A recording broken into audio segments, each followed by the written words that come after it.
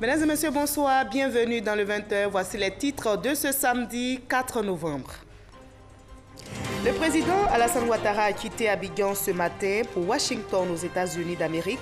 Il va pour la signature de l'accord de don du MCC, Millennium Challenge Corporation, à la Côte d'Ivoire, un don estimé à près de 300 milliards de francs CFA.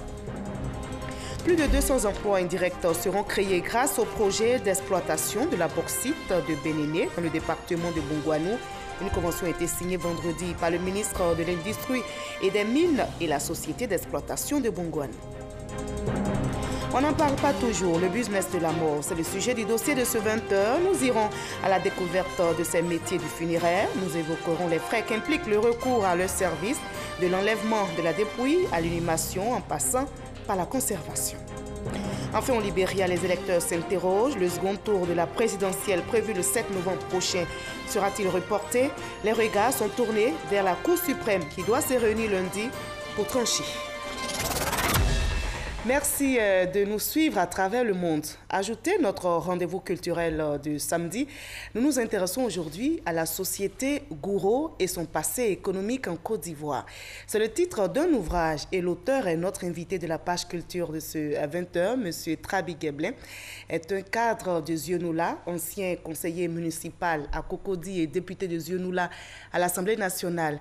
Qu'est-ce qui caractérise la société Gouro? Qu'en est-il de son passé économique?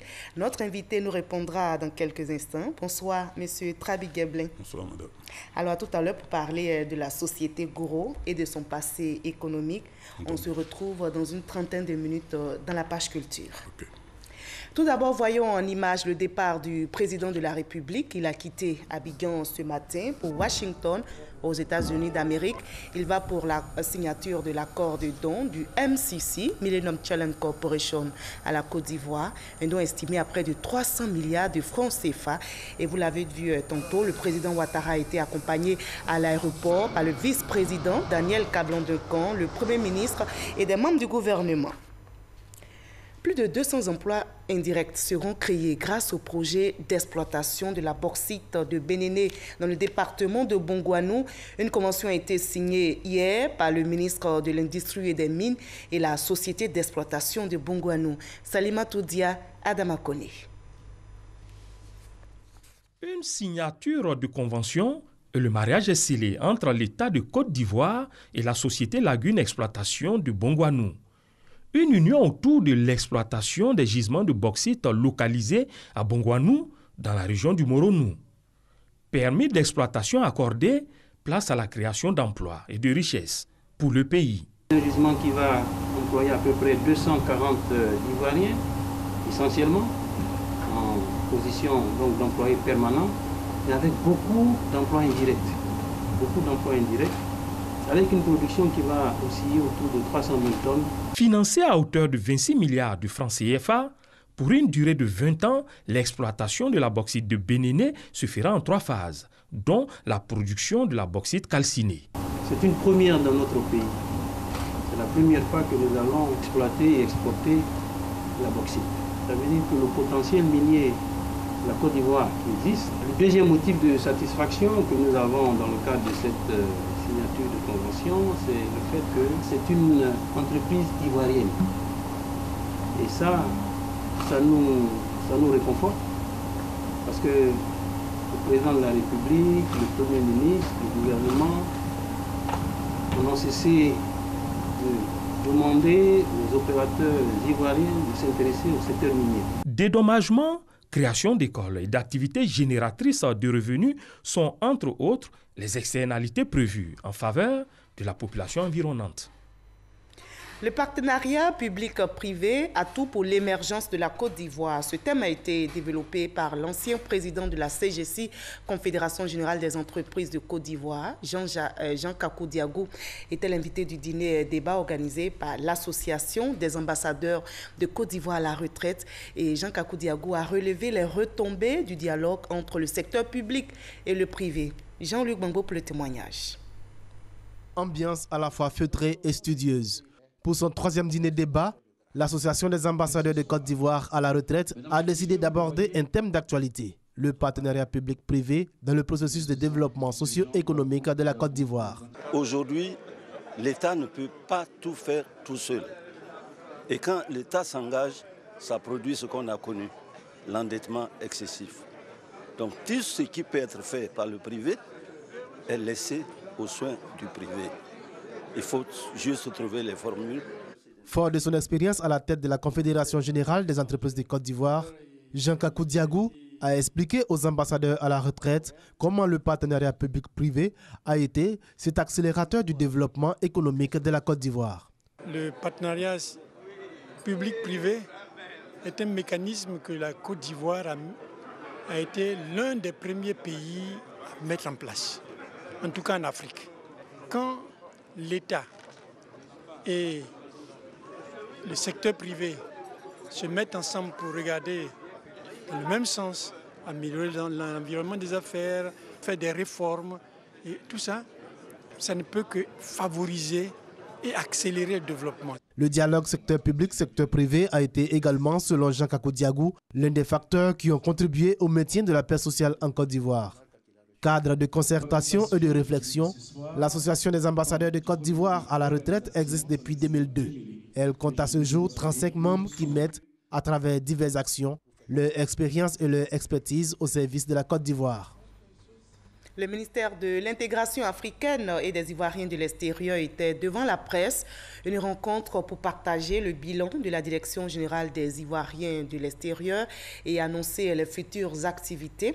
Notez que la lutte contre le phénomène migratoire porte ses fruits et à ce jour, plus de 1200 Ivoiriens sont de retour en Côte d'Ivoire. Astou Touré nous en dit plus. Les journalistes à l'honneur au déjeuner organisé par la Direction générale des Ivoiriens de l'extérieur, DGIE. L'objectif est de partager avec la presse nationale et internationale le point des activités menées par cette direction qui a pour mission de faciliter l'intégration des Ivoiriens de la diaspora en termes d'investissement et de lutter contre le phénomène migratoire. Au nombre des acquis, on peut citer entre autres des campagnes de sensibilisation dans plus de 15 régions de la Côte d'Ivoire, des centaines de conférences internationales sur la question migratoire. Ce bilan, ces chiffres à 1279 Ivoiriens revenus en toute sécurité en Côte d'Ivoire, et ces chiffres à la deuxième édition du Forum de la diaspora, ces chiffres à 2 conférences débats pour faire le bilan des activités de la direction générale. On a aussi parlé de Afterwork de la diaspora, où nous rencontrons la diaspora de retour pour partager avec elle ces difficultés sur le terrain. C'est aussi toutes ces rencontres régulières, ces conférences internationales sur les questions de la migration pour mieux intégrer les Ivoiriens de l'extérieur dans le développement de la Côte d'Ivoire et mieux traiter la question de la migration de sorte que la migration soit positive et bénéfique à tous. En termes de perspective, la Direction générale des Ivoiriens de l'extérieur entend continuer la sensibilisation par la mise en œuvre d'un programme en langue, la validation du plan retour volontaire et le retour au pays des personnes en situation d'extrême détresse. Ce n'est pas seulement la sensibilisation qui va aboutir à une véritable prise de conscience sur le phénomène migratoire. C'est aussi le démantèlement des réseaux d'irresponsables, des réseaux mafieux. C'est aussi la mise en place de beaucoup de dispositifs d'appui à l'investissement, que ce soit des jeunes ou des femmes dans la société. Dans les enquêtes menées par l'ambassadeur de Côte d'Ivoire en Libye, son Excellence M. Thiam Mokodou, on a pu dénombrer 595 Ivoiriens qui attendent à être amenés en Côte d'Ivoire. Et donc, ce sera fait par vagues successives. La première vague est prévue pour la mi-novembre.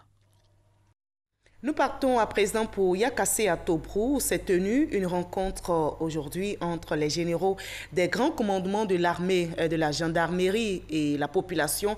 Les populations de Yakassé sont allées présenter leurs excuses au grand commandement de l'armée et de la gendarmerie pour les actes commis il y a quelques semaines par des jeunes. Ces derniers avaient saccagé la gendarmerie de Yakassé. Herman Givi. Sur la terrasse du mess des armées de l'état-major général, la jeunesse de Yakassé à Tobrou, conduite par son président, présente ses excuses pour les actes d'incivisme et de vandalisme auxquels certains jeunes de Yakassé à Tobrou se sont livrés un samedi 11 mars 2017.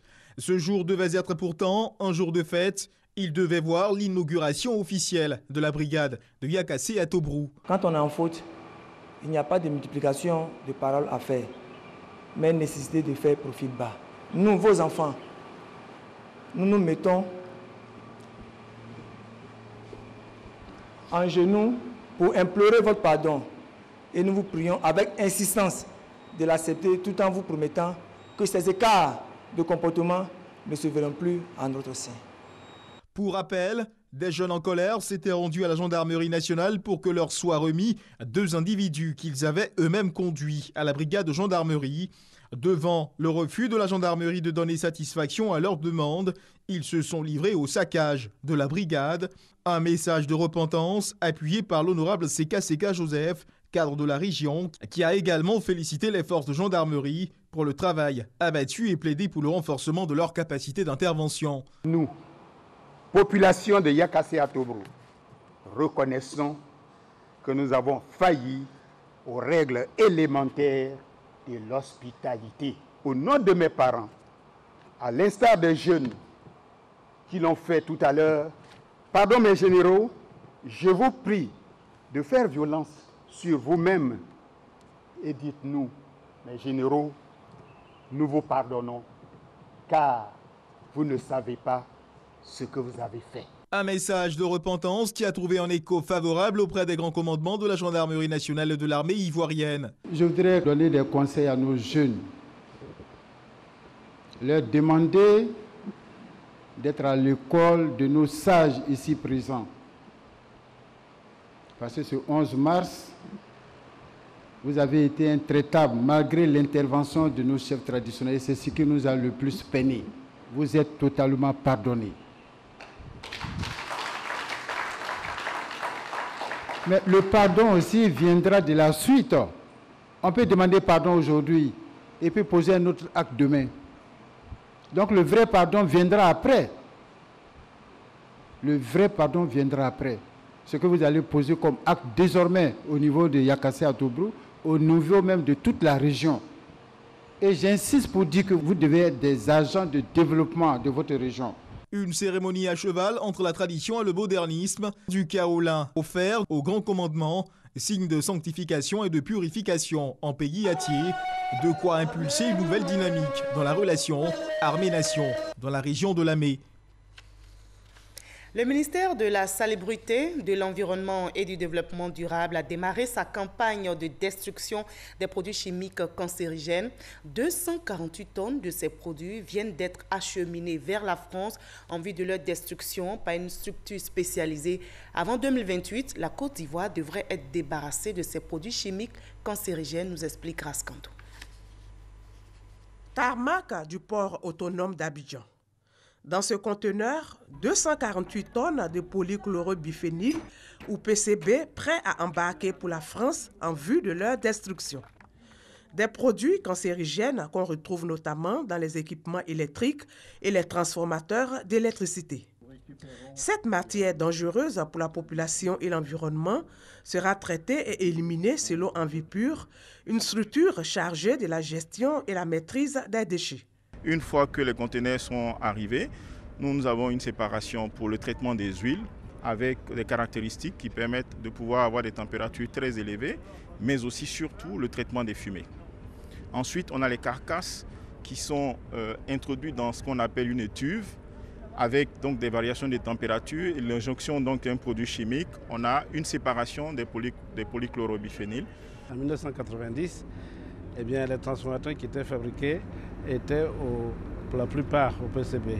À partir de 1990, eh bien, il n'y a plus en réalité de contamination au PCB. Tout ce qui existe a été inventorié et progressivement, on va les déstocker pour que eh bien, l'élimination se fasse.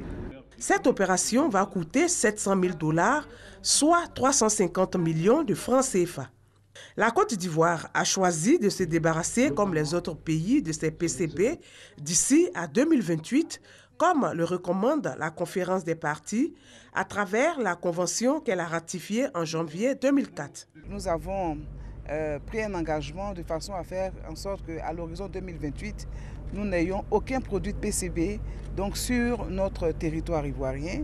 Et avec l'Afrique également, nous sommes mobilisés pour faire en sorte que ces produits-là soient boutés hors de nos continents.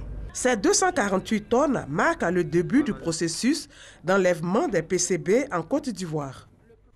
Et la Côte d'Ivoire qui se débarrasse de ses produits chimiques se prépare également à accueillir le 5e rassemblement annuel du mouvement SOUN du 7 au 9 novembre prochain. C'est un mouvement lancé en 2010 en appel à une action immédiate en faveur de la nutrition pour la réalisation des objectifs du millénaire pour le développement. Le choix de la Côte d'Ivoire est salué bien sûr par la ministre de la Santé, Jean-Luc Bambo. 815 millions de personnes souffrent encore de la faim dans le monde. 155 millions d'enfants présentent un retard de croissance. Plus de 50 millions d'enfants souffrent de dénutrition. Les chiffres du dernier rapport des Nations Unies sur la sécurité alimentaire et la nutrition sont alarmants. La Côte d'Ivoire n'échappe pas à ce fléau. Le pays doit relever le double défi de la malnutrition et trouver les solutions à la sous-nutrition. Un combat qui nécessite, selon la ministre de la Santé et de l'Hygiène publique, le rassemblement de toutes les forces. Ce combat est l'affaire des communautés, des organisations de la société civile, du milieu académique et de la recherche, des partenaires techniques et financiers, du secteur privé, des parlementaires, des médias. C'est pour faire face aux défis de l'insécurité nutritionnelle que la Côte d'Ivoire a adhéré au mouvement Scaling Up Nutrition, SUN. Mouvement mondial lancé en 2010 en appel à une action immédiate en faveur de la nutrition.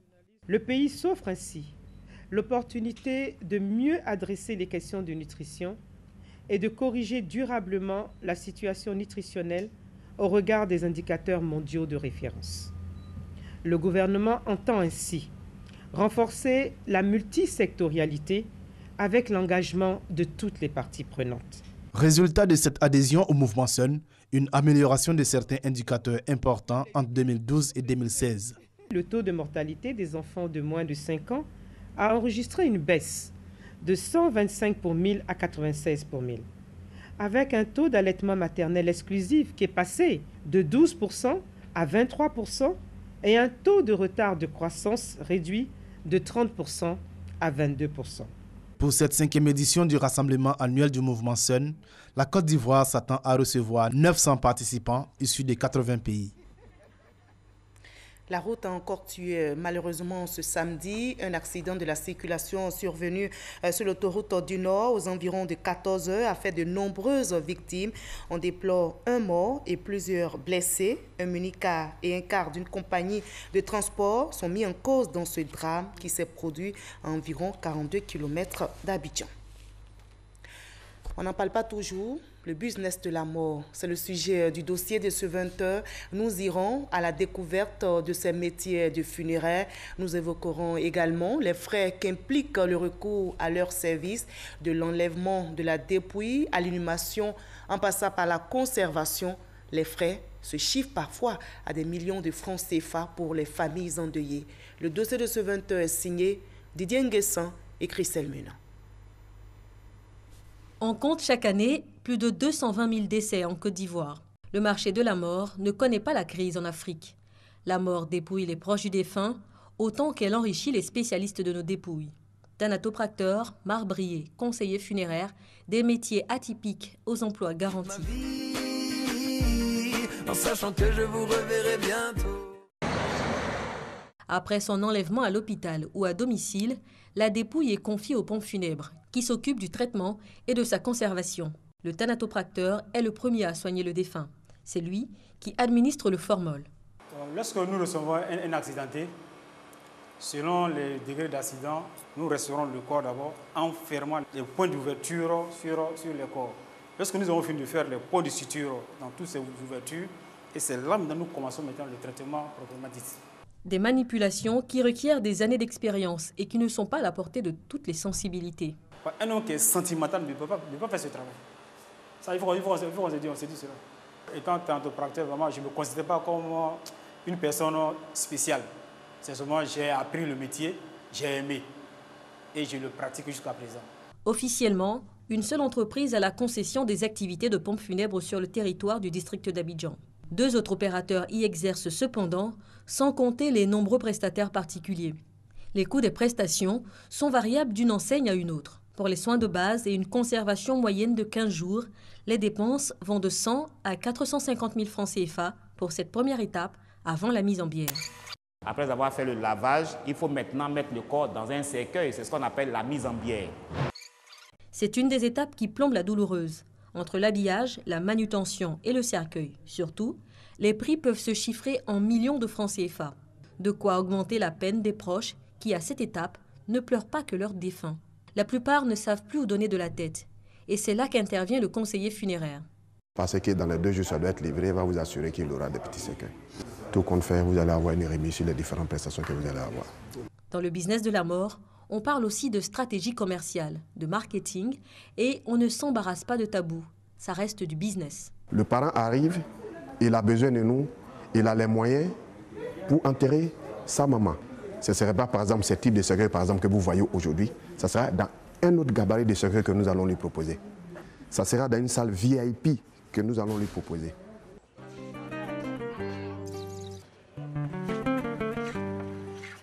Certaines familles achètent leur cercueil chez des fabricants indépendants, en dehors des pompes funèbres, pour des questions de coût, mais aussi de goût, souvent très personnel. Des clients qui ont promis à leurs parents de les faire voyager et ils ont toujours voulu monter dans l'avion. Ils vont monter dans leur avion pour aller au cimetière. Mais avant de se rendre au cimetière, il faut s'acquitter du droit de concession à la mairie, à la préfecture ou à l'hôtel du district pour la ville d'Abidjan. Le montant de ce droit varie en fonction de la durée de la concession, 5, 15, 30 ou 99 ans. Nous avons les tombes de 5 ans qui font 15 000, les tombes de 30 ans 90 000. Rendons-nous maintenant au cimetière. Il y en a 4 dans la ville d'Abidjan. Ceux de Port-Boué et Koumassi, fermés il y a peu, devraient bientôt rouvrir. Un 5e cimetière de 100 hectares sera aussi aménagé dans la commune de Yopougon. 11 000 personnes ont été enterrées dans le district d'Abidjan en 2016. C'est que l'espace se fait rare dans nos cimetières pour accueillir des tombes. Creuser des tombes, c'est justement le métier de Isiaka, fossoyeur au cimetière de Williamsville. La tradition lui interdit de parler quand il creuse une tombe, sous peine d'y rester. Cela fait plus de 10 ans qu'il est à ce poste. Il ne prête plus attention aux histoires de revenants qui nourrissent la psychose autour du cimetière de Williamsville. Les morts sont morts. Voilà. Donc l'esprit est là, mais ça ne veut pas dire que, non, que le revenant est là, que tu vas à chaque moment causer avec lui. Non. Il ne faut pas avoir peur parce que tu es venu, tu vas repartir. C'est difficile pour moi de croire à ces gens de mystère, les revenants et autres là. Parce que moi je dors dans le cimetière, je ne vois rien. Moi, je ne cherche pas à voir, mais je me dis qu'il n'y a rien. Je suis logé juste à 100 mètres du bureau. Je suis là avec ma famille, avec mes enfants. Kwaku est le concierge du cimetière de Williamsville. Il gère le domaine et le personnel du cimetière. Il est aussi chargé d'accueillir les familles venues enterrer leurs morts. Au départ, c'était difficile d'être à chaque moment en train de consoler les parents et puis de les orienter, d'essayer de trouver un endroit pour qu'on enterre les défunts. C'est là qui donne l'envie même de faire le métier. Après l'enterrement, des proches viennent se recueillir sur les tombes. Des tombes qui prennent souvent des allures de palais et citadelles. Derrière ces dernières demeures chics et chères, de bienheureux artisans, des entreprises de concession mortuaire agréées par le district pour la ville d'Abidjan. Mais encore, faut-il les entretenir, ces dernières demeures? Nous demandons que les familles n'attendent pas seulement le 1er novembre pour se rendre sur le cimetière. Le monument, c'est vous qui l'entretenez. L'espace environnement, la voirie, les caniveaux, ça c'est le district. De l'enlèvement à l'enterrement, en passant par la levée de corps, les familles endeuillées dépenseraient entre 600 000 et 1 500 000 francs CFA, voire beaucoup plus. De quoi nourrir un business qui reste pourtant muet, comme une tombe, sur ses chiffres d'affaires. Mais grâce à ces métiers qui inspirent peu de vocations, chaque jour, des familles éplorées enterrent dignement et honorent la mémoire de leurs défunts. Dossier réalisé par Didier Nguessan et Christelle Menant, et on parle toujours de mort, et justement le monde littéraire ivoirien est en deuil. L'écrivaine Regina Yaou a rangé définitivement la plume. La mort, la grande faucheuse, malheureusement a fait son entrée dans sa maison dans la nuit d'hier à aujourd'hui. Regina Yaou a donc quitté le monde des vivants. Elle aura marqué par la qualité de ses écrits, de ses nombreuses publications, la littérature ivoirienne. On peut citer entre autres publications La Citadine, La Révolte d'Afiba, Prolixe. L'écrivaine l'a été en s'exerçant notamment à tous les genres. La fête de la Bissa se poursuit dans la ville historique à Grand Bassam. Une journée est dédiée à la femme lors de cette fête. La femme dans la Bissa, le reportage de Victoria Ngwachi. La bonne gouvernance gage de l'épanouissement des femmes, thème de la journée de mercredi consacrée aux femmes de la communauté Nzima Kotoko de Côte d'Ivoire. Elles ont eu droit à une formation sur le thème « Les fondements de la société Nzima ». Les femmes tiennent une place de choix dans la société Nzima parce que c'est à travers l'appartenance au clan de la mère que l'on s'identifie. Il est donc question qu'elles prennent totalement leur place dans la société. Pour cela, il leur faut connaître leurs origines et l'organisation sociale du peuple Nzima. Quand tous les membres d'une communauté, d'un peuple connaissent leurs origines, connaissent ce qui conditionne leur société, connaissent les fondements de ce genre, vous savez que vous aviez une société qui est pérenne. C'est une société donc qui va vivre, qui est fondée sur des bases solides parce que tous les membres ont une connaissance parfaite de l'organisation sociale de leur société. Les femmes présentes à la formation se réjouissent de la lucarne que leur offre la Bissa. Ça nous a fait un bon enseignement et au sortir de là, nous savons d'où nous sortons. On a appris beaucoup de choses. On nous a parlé de cette famille, il y a certaines choses que nous ne savions pas, les jumelages des familles. La conférence a répondu à un de nos objectifs principaux qui est la connaissance de nos us et coutumes Nzima. C'est justement l'ensemble des associations des femmes qui se retrouvera quelques heures plus tard sous la place de la Bissa. Association Konyele, Aboussoin de France, les femmes Nzima de Côte d'Ivoire, Meyébie, Association Konyele, Aboussoin de France, les femmes de Grand Laou, Meyébie, les femmes Nzima de Côte d'Ivoire, les enfants Konyele vont prester sous le regard de la reine-mère Nguetia Ebadeu. Le clou de la manifestation sera la prestation des présidentes des associations des femmes et de la reine-mère et aussi de sa suite. Toujours en culture, certaines régions de la Côte d'Ivoire disposent de richesses culturelles gardées dans le secret. Dans la Marawi, c'est le cas du cure-dent gouro, une plante aux vertus aphrodisiaques, dit-on, mythe ou réalité. Élément de réponse avec Kader Sogotoko. La société Gouro et son passé économique en Côte d'Ivoire est un livre illustré de 220 pages écrit par Trabi Djeblin. Il retrace l'histoire.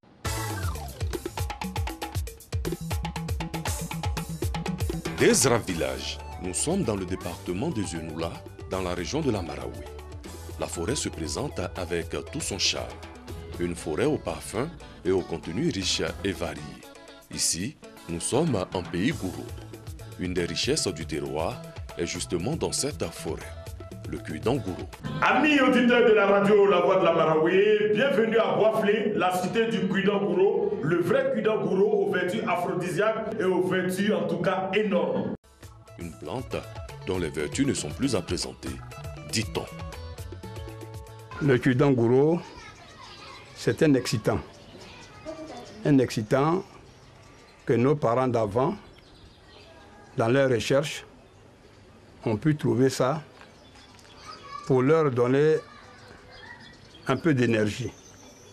Comment cette énergie? Parce que c'était des grands planteurs, des grands cultivateurs. Et ils avaient pour soutien les femmes. Donc il fallait avoir plusieurs épouses. D'autres en avaient 7, même 12. Et en avoir 12, c'était pas facile. Le cure-dent gouro est appelé péra. C'est une plante en brousse qu'on utilise quand le garçon n'est pas puissant. Quand il mange la plante et qu'il consomme le liquide, en quelques instants, en tout cas, il devient vraiment un garçon. Le mythe brisé. En compagnie de certains guides, nous allons à la recherche du trésor culturel.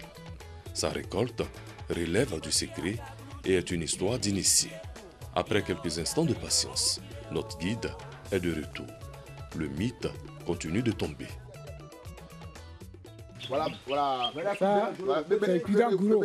Quand il grossit, voilà la dernière grosseur. La dernière grosseur. Il y a clair, il y a clair faux. Mesure avec le majeur du doigt. Voilà.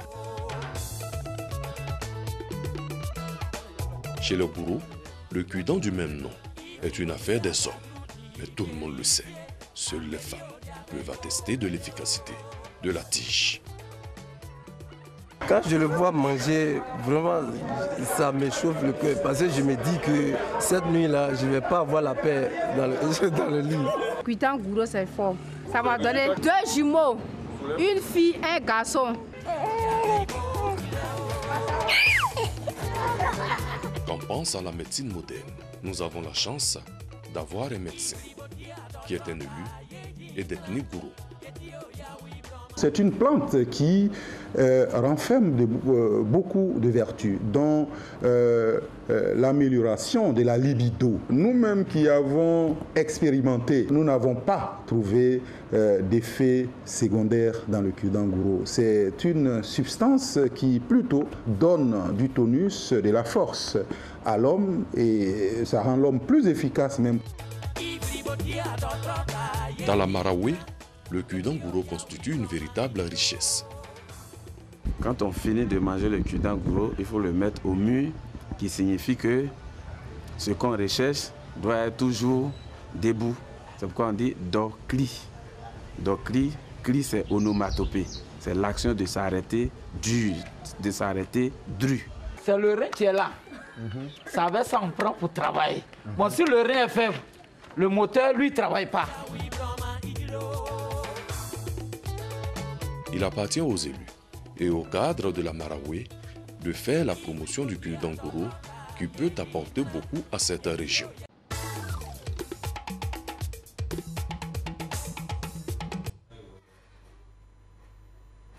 La société gourou a aussi un passé économique. C'est le titre de l'ouvrage écrit par M. Trabi Geblin. Notre invité de la page culture nous a rejoint.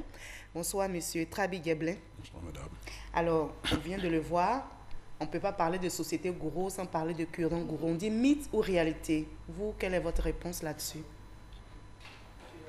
Ce n'est pas la réalité. Ce n'est pas la réalité. C'est une... Parce que moi j'ai 75 ans. Je n'ai jamais eu affaire à un cuidant gourou. Donc, ce n'est pas une histoire réelle. Vous pensez qu'elle a été inventée? Non, il se trouve que chacun de nous a un besoin de soins lorsqu'il est malade. On a entendu des anciens. Oui, bon, ben, ils ne sont pas plus anciens que moi. Ils ne sont pas plus anciens que vous. Ben, j'ai vu des gens qui ont peut-être 50 ans, 40 ans, mais moi j'ai 75.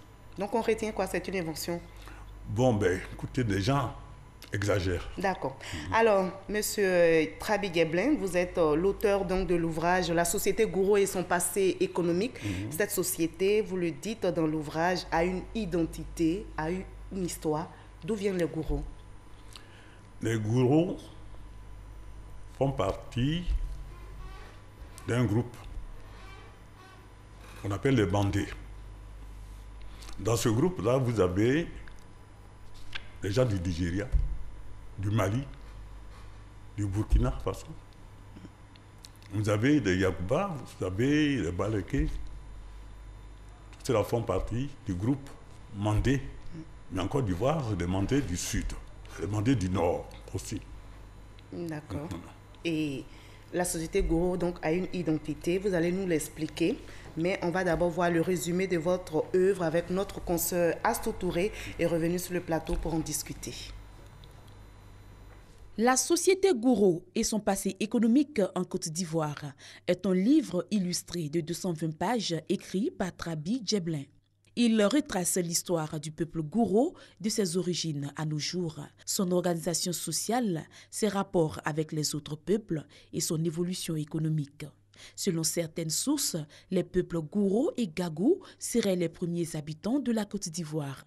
À cheval sur la forêt et la savane, les gourous sont entourés des bétés à l'ouest, des malinqués au nord et des baoulés au centre. Ils avaient pour principale activité la culture du vivrier, la forge, la sculpture. Le livre révèle que les échanges entre les peuples Gouro et ceux du Nord ont ouvert la voie à un commerce régulier. Les populations du Nord échangeaient du sel, du poisson sec, du soumbara contre le vivrier. Une pratique avantageuse pour les Gouro qui en ont profité pour diversifier leurs produits. D'autres produits, tels que le pagne, le masque et l'ivoire, font ainsi leur entrée dans les échanges commerciaux, en plus du vivrier qui existait bien avant. La société Gouro et son passé économique en Côte d'Ivoire se présentent ainsi comme un guide pour toute personne désireuse de s'imprégner de l'histoire de ce peuple. Trabi Djeblin a occupé des fonctions dans le domaine du transit maritime en Côte d'Ivoire et le transit aérien à Paris et à Douala au Cameroun.